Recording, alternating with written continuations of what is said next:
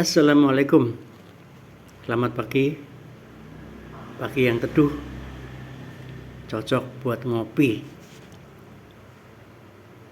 Teman-teman, menambah nilai.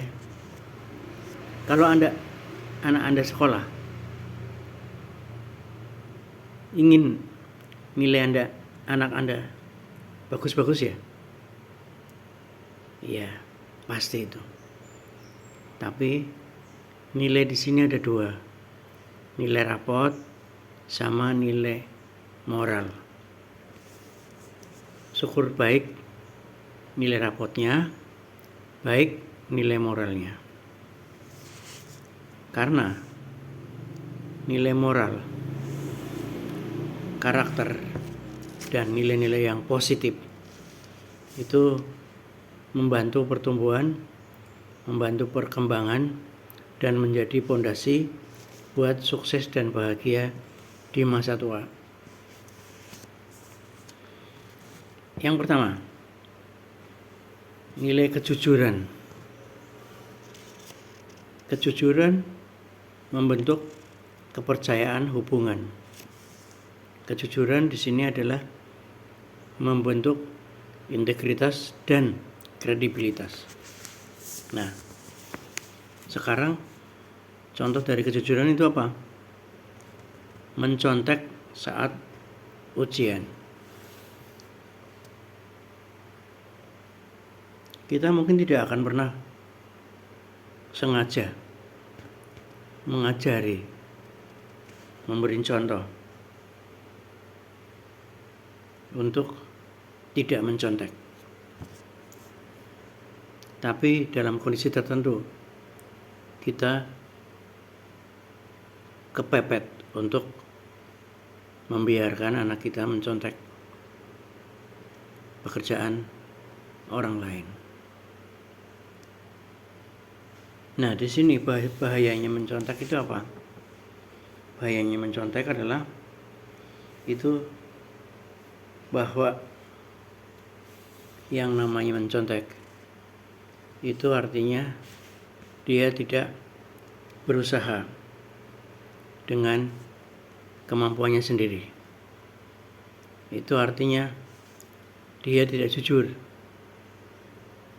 Dia tidak bisa, tapi ingin nilainya bagus. Ini awal yang kurang baik untuk mendidik moral anak-anak. Jadi kejujuran adalah kepercayaan. Ini harus diawasi, harus dicontoh. Mungkin kita tidak sadar kalau kita sendiri suka mencontek di dalam pekerjaan-pekerjaan kita. Jadi ketika kita berperilaku di rumah dengan istri, dengan tamu kita, atau kita ajak anak kita ke rumah teman kita, hati-hati dengan percakapan-percakapan kita, karena usia-usia anak itu adalah usia merekam. Bohong kepada orang tua. Nah, ini berbohong itu tidak jujur, mengambil barang orang lain tanpa izin.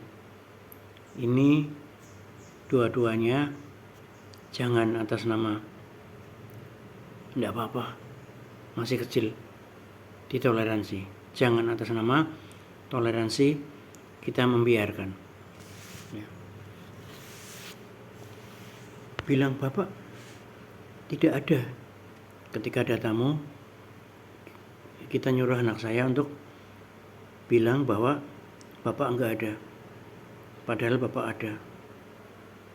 Kalau memang capek, masih istirahat, bilang aja bapak baru istirahat, bapak baru pulang. Gitu.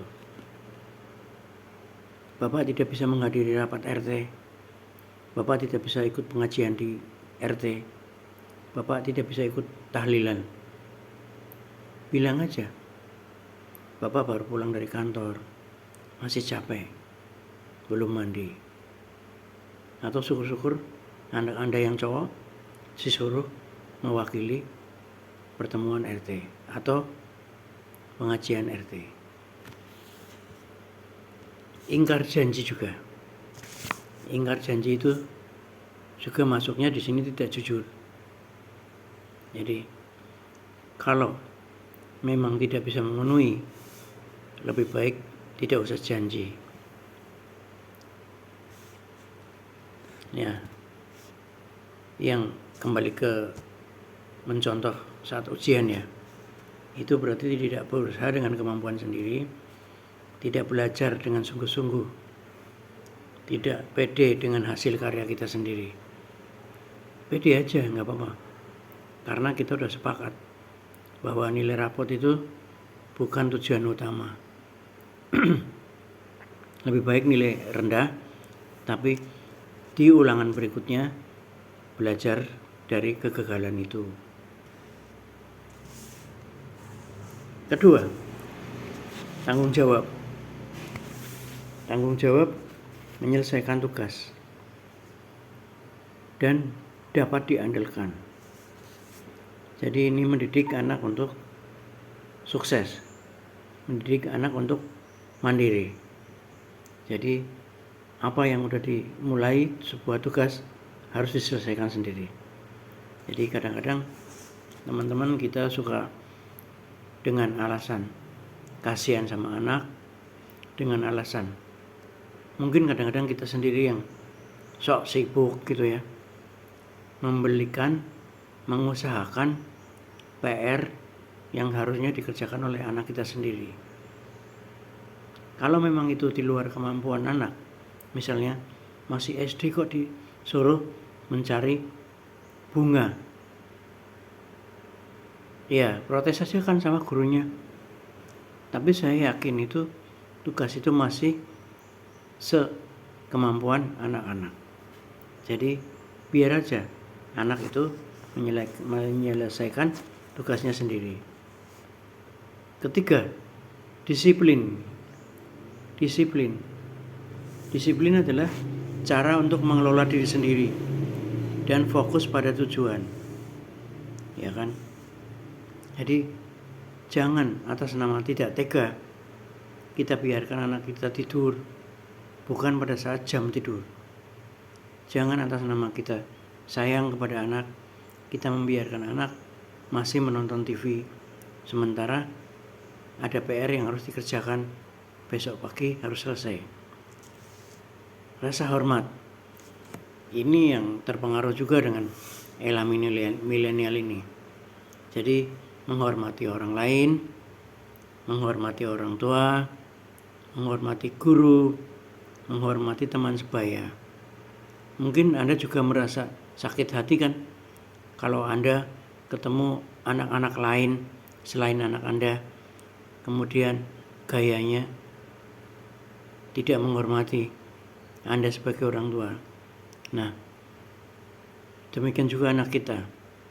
Kalau sudah terbiasa menghargai orang tua, kita biasakan dan tadi itu kita contohkan bagaimana menghormati orang tua, bagaimana menghormati teman sesama, bagaimana menghormati guru gitu. Itu penting itu. Itu masih berlaku dalam era milenial ini. Masih berlaku dalam elania yang kita menghargai yang materi yang lebih baik daripada yang spiritual.